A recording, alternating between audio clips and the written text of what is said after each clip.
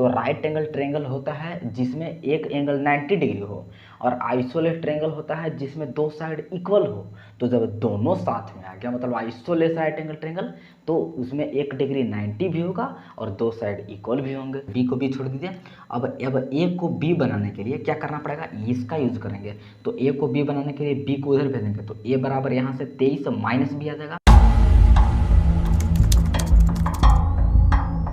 अभी तक हमने ट्रायंगल का एरिया निकालना तो सीख लिया है।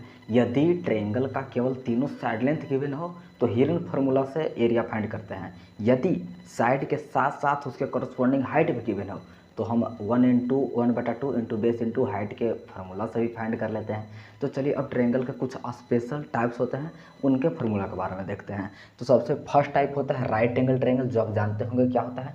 राइट एंगल ट्रायंगल उसको बोलते हैं जिसमें एक एंगल 90 डिग्री होता है। वैसा ट्रायंगल जिसमें एक एंगल 90 डिग्री होता है उसको राइट एंगल ट्रायंगल बोलते हैं। तो अगर इसमें तीनों साइड गिवन है तो आप हिरन फार्मूला से आसानी से फाइंड कर सकते हैं। लेकिन आप थोड़ा सा ध्यान दीजिएगा, इसमें अगर तीनों साइड गिवन होगा तो ए वाला और ए वाला तो हमेशा परपेंडिकुलर होगा, बिकॉज ए वाला एंगल 90 डिग्री है।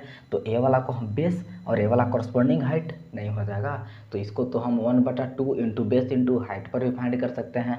1/2 इंटू बेस इंटू हाइट पर भी फाइंड कर सकते हैं। बेस इसको लेंगे और हाइट इसके कॉरस्पॉन्डिंग है तो दिख रहा है, या फिर बेस आप इसको लीजिए और हाइट इसके कॉरस्पॉन्डिंग आपको दिख रहा है। मतलब ये दोनों में से किसी को भी बी किसी को भी पी ले सकते हैं, कोई इफेक्ट नहीं पड़ेगा, समझ रहे हैं। और चलिए एक होता है दूसरा टाइप जो है इक्विलेटरल ट्रायंगल। तो इक्विलेटरल ट्रायंगल में अगर तीनों साइड गिवन है, इक्विलेटरल ट्रायंगल में अगर तीनों साइड गिवन है तो हम हिरन फार्मूला के साथ से फाइंड कर सकते हैं। लेकिन इसका एक स्पेशल फार्मूला होता है इक्विलेटरल ट्रायंगल में, वो होता है √3/4 इंटू साइड स्क्वायर। मान लेते हैं कि इसका साइड है ए, तो तीनों तो ए ही होगा ना, बिकॉज तीनों साइड तो इक्वल होते हैं। तो 3/4 इंटू ए स्क्वायर, अब ए के जगह पर जो भी होगा यहाँ पे सब्स्टिट्यूट कर देंगे। और इसका हाइट का भी एक फार्मूला होता है। अगर इसका हाइट कैलकुलेट करना है, देखिए अब किसी का भी करस्पॉन्डिंग हाइट निकाले हो तो सेम ही होगा, क्योंकि सब तो साइड सेम है तो इसका हाइट भी सेम होगा सबके करस्पॉन्डिंग। तो इसका जो हाइट का फार्मूला होता है वो भी आप देख लीजिए, √3/2 इंटू साइड मतलब ए, ठीक है। मतलब ये दोनों आपको इक्विलेटरल के लिए याद करना है, ए वाला जो आपको राइट एंगल ट्रायंगल के लिए याद करना है। और जो भी ट्रायंगल होते हैं आइसोलेस स्केलन, वो सब के लिए हम हिरन फार्मूला ही उपयोग करते हैं। तो चलिए अब इस पर कुछ क्वेश्चन करते हैं, तब आपको और समझ में आएगा। आपके सामने क्वेश्चन आ गया होगा, अगर आप भी सॉल्व कर सकते हैं तो चलिए करते हैं साथ में। तो देखिए ध्यान से, the area of an equilateral triangle is 81 centimetre square, find its height. आपको हाइट फाइंड करना है, एरिया गिवन है, तो हाइट फाइंड करना है इक्विलेटरल ट्रायंगल का। तो √3/2 इंटू ए यानी साइड होना चाहिए, तो साइड तो यहाँ पे गिवन ही नहीं है, तो पहले हम साइड फाइंड करते हैं। तो साइड कैसे फाइंड करेंगे, वो यहाँ से फाइंड करेंगे। एरिया हमें गिवन है तो पहले हम साइड फाइंड करते हैं। तो साइड फाइंड करने के लिए एरिया वाला ही फार्मूला लगाएंगे, जो गिवन है वही वाला फार्मूला लगाएंगे।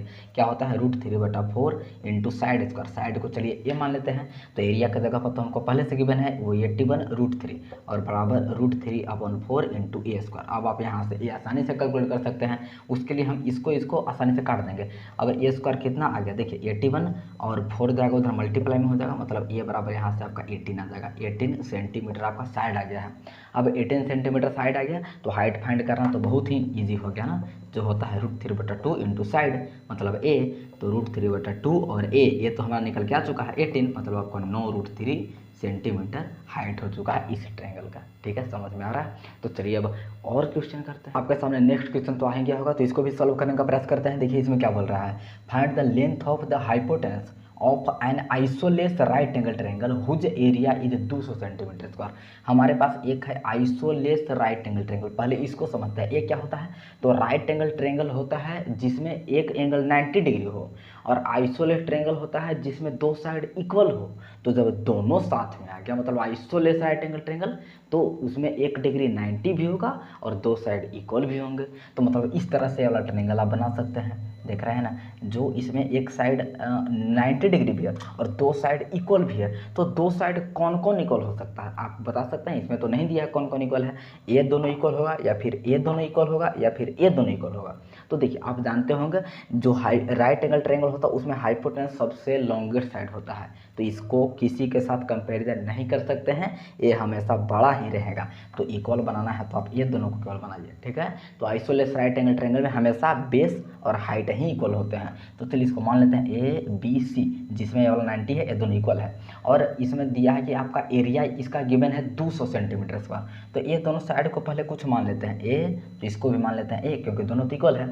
अब यहाँ पे एरिया गिवन है तो पहले एरिया के सहायता से देखिए हमको फाइंड करना है हाइपोटेनस, मतलब ए वाला फाइंड करना है।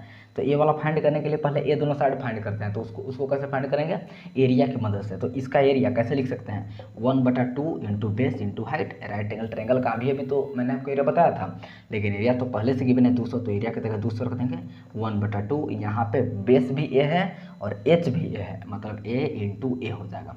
तो यहाँ से ए स्क्वायर कितना आ जाएगा, यहाँ मल्टीप्लाई में हो जाएगा तो मतलब 400, यानी ए बराबर आ गया है आपका 20 सेंटीमीटर। मतलब ए वाला भी 20 सेंटीमीटर है और ए वाला भी 20 सेंटीमीटर है। तो आप हाइपोटेनस आप आसानी से फाइंड कर सकते हैं। पाइथागोरस थ्योरम तो पता है ना आपको। तो पाइथागोरस थ्योरम से ये फाइंड कीजिए, जो होता है B square plus P square, और इसका होता है रूट। तो बी भी 20 है तो 20 का स्क्वायर, पी भी 20 है तो बी का स्क्वायर, मतलब 20 का स्क्वायर। तो यहाँ भी 400 आ गया, यहाँ भी 400 आ गया, तो 400 प्लस 400 तो 800 हो जाएगा अंदर, जो कि बाहर कितना निकल जाएगा, 20√2 सेंटीमीटर। यही आपका हो जाएगा हाइपोटेनस का लेंथ। तो इस तरह से आसानी से कर सकते हैं। तो चलिए एक लास्ट क्वेश्चन करते हैं, तो इसको सॉल्व करने का प्रयास करते हैं। एक क्या बोल रहा है, the perimeter of a right angle triangle is 40 centimetre and its hypotenuse measure 17 centimetre. तो आपको एरिया फाइंड करना है।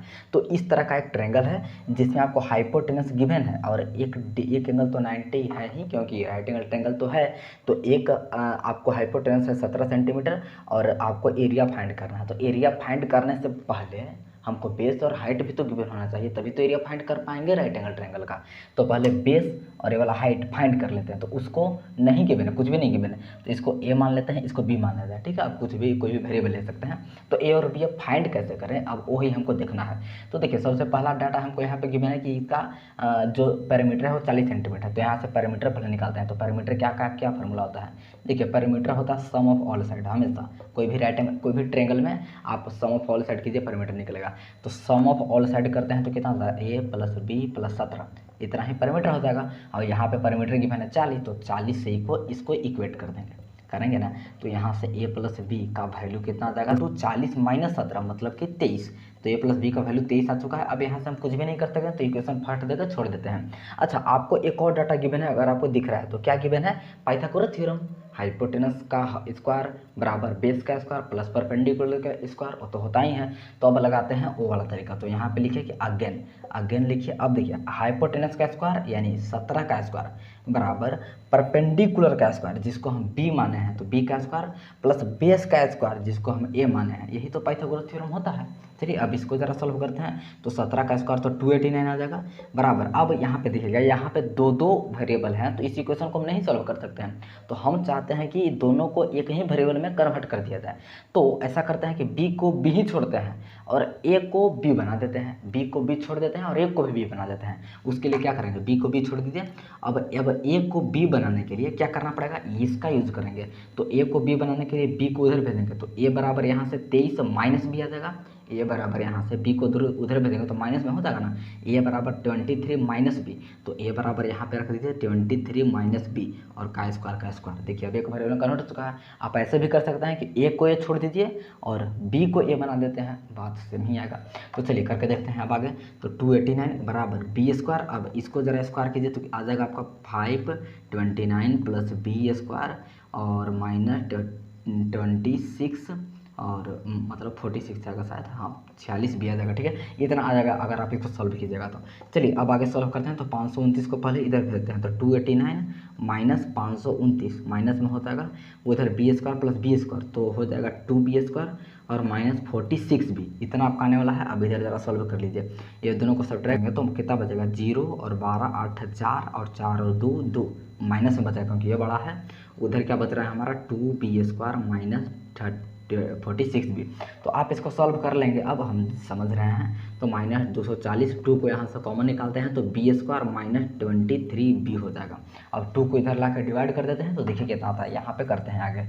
तो उधर बचेगा बी स्क्वायर माइनस 23b और इधर ये डिवाइड करेगा तो -120 बचेगा, और जो कि उधर जाकर +120 बन जाएगा। तो चलिए भेजा देते हैं उधर, तो +120 बराबर 0। अब आप इसको फैक्टराइज कीजिए और b का वैल्यू फाइंड कीजिए। तो फैक्टराइज करने के बाद आपका इतना आने वाला है b-15 और b-8 बराबर 0।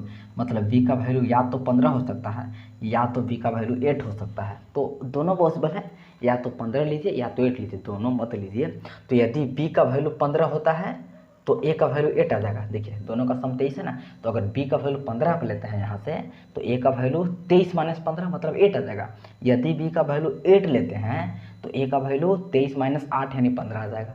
मतलब b का वैल्यू अगर आप 15 लेते हैं तो a का 8 आएगा, अगर b का 8 लेते हैं तो a का 15 आएगा। मतलब ये दोनों हमेशा या तो a 8 या तो a 15, मतलब इस तरह से आ सकता है। मतलब ये दोनों 8 और 15 ही आने वाला है। तो एरिया हमारा क्या होता है 1/2 इंटू हाइट इंटू बेस। तो एरिया तो हमको फाइंड करना था, तो 1/2 इंटू हाइट ऐड कर देते हैं, इसको 15 ले लेते हैं। तो मतलब आपका आने वाला है 60 सेंटीमीटर स्क्वायर, ये आपका एरिया आ जाएगा। ठीक है, मतलब आप किसी को भी 8 किसी को भी 15 ले सकते हैं, आंसर आपका सेम ही आएगा। ठीक है, तो चलिए आज इतना ही अब ख़त्म करते हैं। अगले वीडियो में जरूर आएगा, उसमें हम रेक्टेंगल और स्क्वायर का जल्दी जल्दी निपटा लेंगे। ठीक है, तो चलिए थैंक यू।